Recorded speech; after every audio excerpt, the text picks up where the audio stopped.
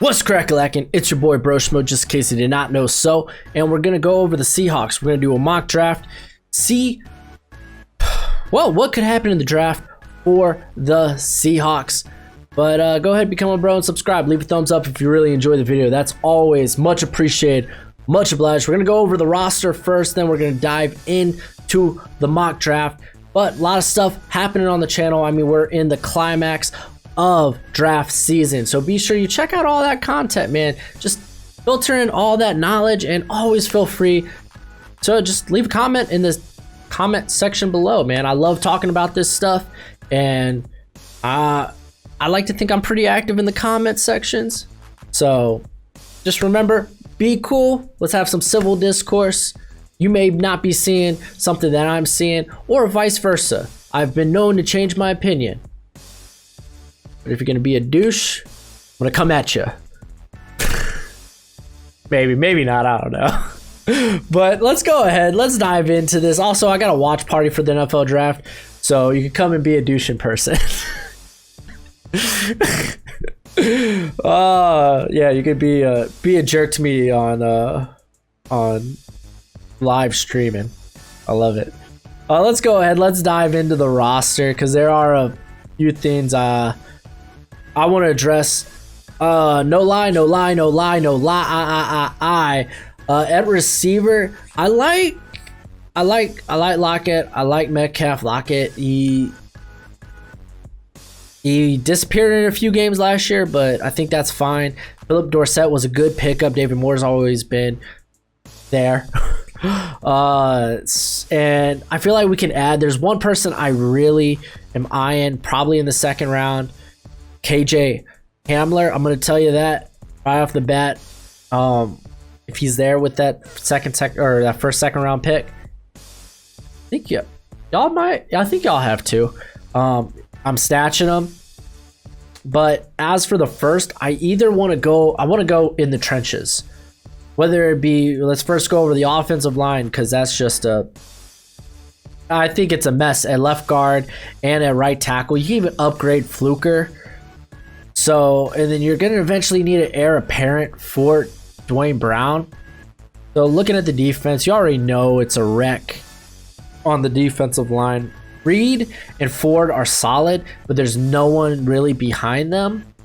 Rasheem Green, you haven't really seen anything from him on the edge. That's why they brought in Bruce Irvin, someone they're familiar with. Same with LJ Collier, man. He got little to no snaps last season. So you might want to bring in someone immediately, because the edge class, it's not bad. It's average. Like, after maybe a couple of the first picks, like, you get a lot of guys that don't have a large, like, you get a few guys with those elite pass rush traits, but that don't have the production to really support it. So you're kind of dealing with, if you probably at the end of the first round, you're dealing probably with another LJ Collier, maybe a little better, maybe a guy that'll see the field a little bit more. Linebacker, I think it's okay. We could, if we really need to, we'll address it later in the draft. I think they do need to get younger. Cody Barton wasn't anything special. Secondary, I'm always for adding more corner depth, like adding more names in there. Griffin was really good. The addition of Quentin Dunbar is real nice, but I think he's on a contract year. Amadi, we'll see how he is in the slot. Like, he was so-so. Safety, I still want to see. Blair's had some decent play. Our boy Brad, we could probably upgrade, but he's reliable. Then you got Diggs, so it's probably more so the corner position. But like I said, the trenches are probably the first thing that should be addressed. Let's go ahead. You kind of got an idea where my head's at. So let's go. Let's go. Did you see how long Tristan Wirfs was around? AJ Epinesa. He's interesting at this pick. So, Ezra Cleveland actually might be a better fit on the offensive line than Austin Jackson. I'd say Lucas Diane too, but for me, he's more of a third rounder, which people could disagree with. I get it. There's a lot to like about him, like from a physical upside, but I still, you go back to TCU, man, just in general, a lot of their like prospects, especially trench guys, they're so raw from a technique perspective.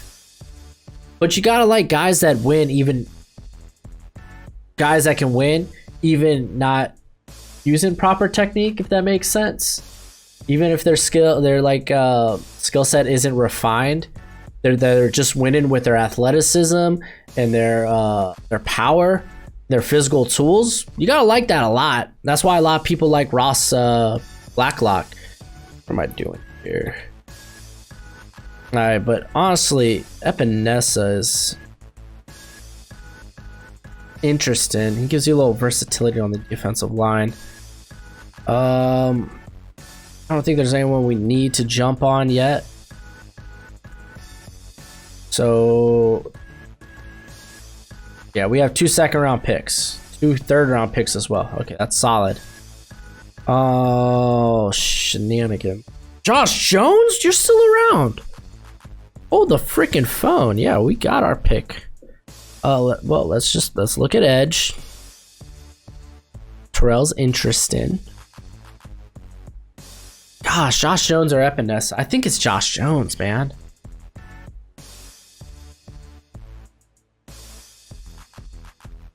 That's tough, man. I'm just gonna... I mean, the tackle class is a bit deeper. But will we get an immediate starter if we pass on it now? I mean, Ben Barch, Matt Pert. You know what? Yeah, let's just go Epinesa. Akawara. Ugh. Yeah, Epinesa. Epinesa is a kind of a rough fit, though, you know? I mean, he gives them a little versatility. He can kick to the inside. I think in that base 4-3, though, it'll be fine. He's very skilled, very underrated. All right, y'all know who I'm looking for at this pick. Oh, no. No, he's gone. Yep, there he goes. Man, that sucks. I mean, Higgins and Ayuk are good here too. I don't think you would use those guys because I'm preferably looking for a slot guy. I mean, honestly, Tyler Lockett got a lot of his production in the slot. I don't think T. Higgins realistically will be around here. You can make a case for Brandon Ayuk, he's a solid route runner, great yards after the catch. He's got great acceleration. Look at tackle. I mean, we could address tackle in a couple of picks. So let's just go ahead with Brandon Ayuk. I got a first round grade on him, so that's solid. We could look at running back. We could dabble. Look at corner. At this point, I think I'd wait for Bryce Hopkins or Bryce Hall, excuse me. Even Darnay Holmes would be interesting, but I got Hall over Holmes. You gotta stay true to your board, man. You gotta stay true to your board. Oh, I mean, Cushenberry is kind of in that mold, but to be honest, tackle. I'm not gonna lie. I'm eyeing Matt Pert, even Driscoll. Preferably, I'd like someone a little stronger. Maybe even Ben Barch. Honestly, Ben Barch probably is the best scheme fit. Let's just go ahead and oh jeez, this is tough. This sucks. This sucks. Why things gotta be so complicated? Oh, report coming soon. All right, I'll just look at my own. Need something to make me feel better about about Ben Barch, man.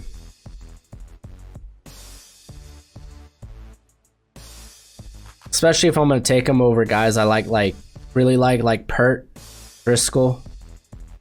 Because the thing with Ben Barch, man, he's probably played, the only significant reps he's had were like the 12 he had at the Senior Bowl, just because of the competition he's coming from. But he looked very good in those reps. That's what makes it so difficult.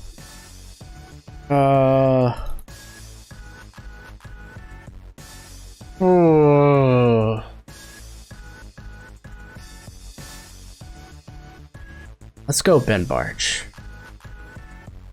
Or Isaiah Wilson, actually. Isaiah Wilson actually is probably the best scheme fit here. It's not a sexy pick, especially in the second round.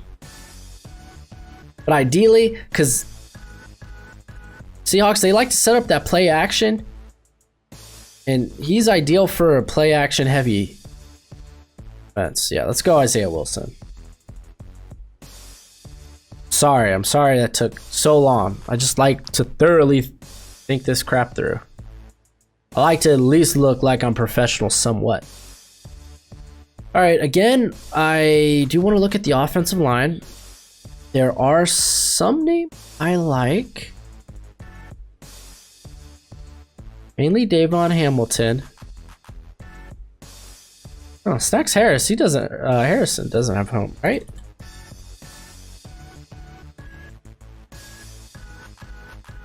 Still a free agent? Oh wow, that's wild. Seahawks, what are you doing? Pick him up. Looking at edge again. Travis Gibson's a guy that catches my eye almost immediately.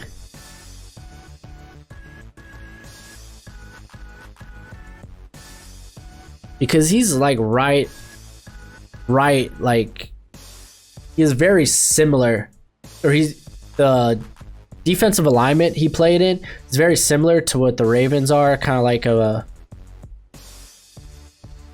like at least how they used him. He was kind of like a run first, contain, but he's got really good pass rushing upside.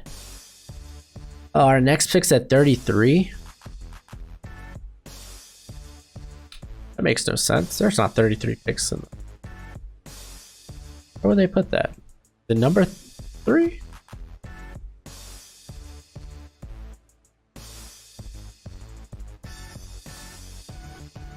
You have the 33rd pick, but that's in the 4th round. Yeah, it's a typo. Telling me there's a... Telling me... This site told me that there was a 133rd pick in the 3rd round. And you don't think about that crap until you look at it. Yeah, I'm going to go Gibson. I think that's very, very, very good. And you might be thinking... but we did get Epinesa.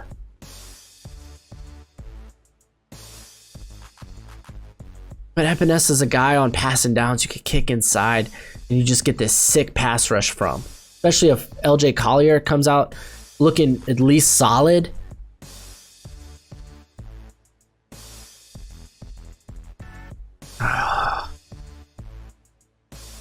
Hold up, let's look at the interior. Look at corner. What am I? Let's look at corner. What am I doing? Hopkins or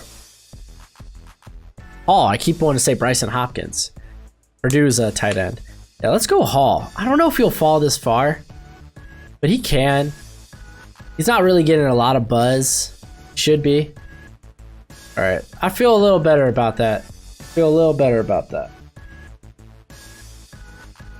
All right, now we're with our 133rd pick. A big, oh so special pick. All right, we haven't really addressed anything on the interior, which is fine. It's fine. I haven't.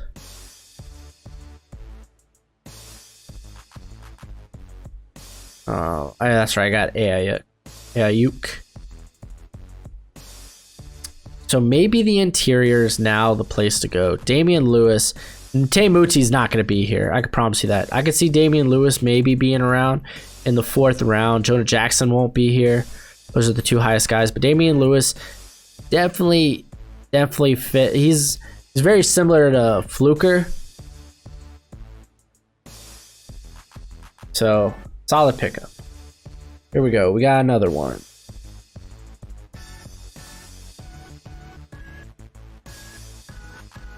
Let's look at defense. Let's look. I don't mind looking at safety. I don't mind looking at corner. Linebacker. Anything interesting? Not really. I mean, Davion Taylor, but he's a project. Maybe even, honestly, Cameron Brown might be more up Seattle's alley.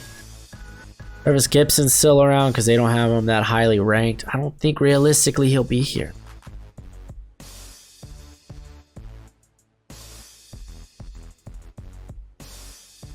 And I wouldn't mind getting more depth on the interior. But honestly, a guy like McTelvin, he's solid. Actually, I think I'm going with that. Robert Windsor's interesting too, but I'm gonna go with that. All right, now I feel like we're in this area where we can go best player available. I feel like we've really. Oh wow, well, might as well. What is this, 6th round? Oh, this is our last pick, ain't it? So yeah, we could just go best player available. Oh, McDonald, you ain't lasting that long. Silly. So it's wide receiver deep draft. I wouldn't mind trying out a couple. Like Austin Mack. Wouldn't be bad at this range.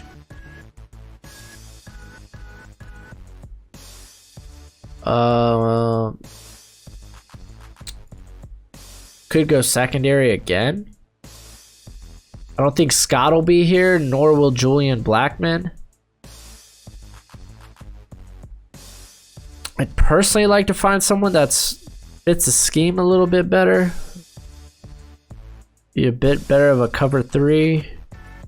Like, I like Kevin McGill, but I think he's probably a press man corner.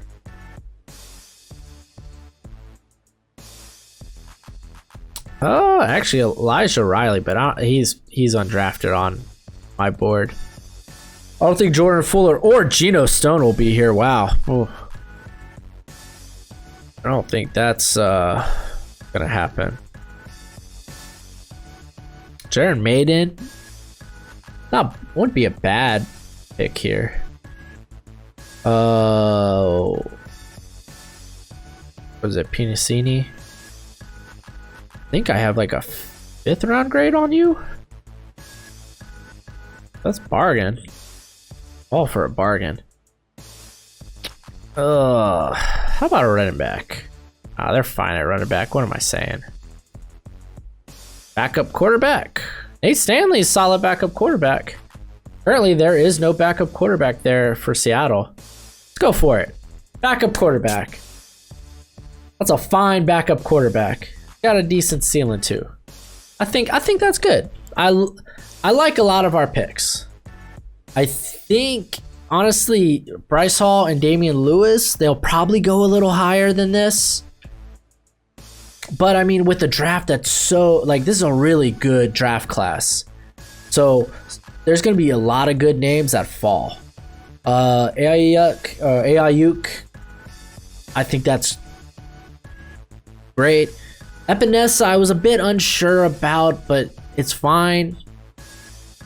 He's a very good pass rusher, so I think that's okay. McTelvin, he brings in really good depth for the defensive line. So I think we did good. But that's it for the video. You let me know how you think I did in the comment section below. Remember, watch party going on April 23rd, and then we're gonna be doing all 3 days of the draft. And until next time, you be easy, my friends. Later.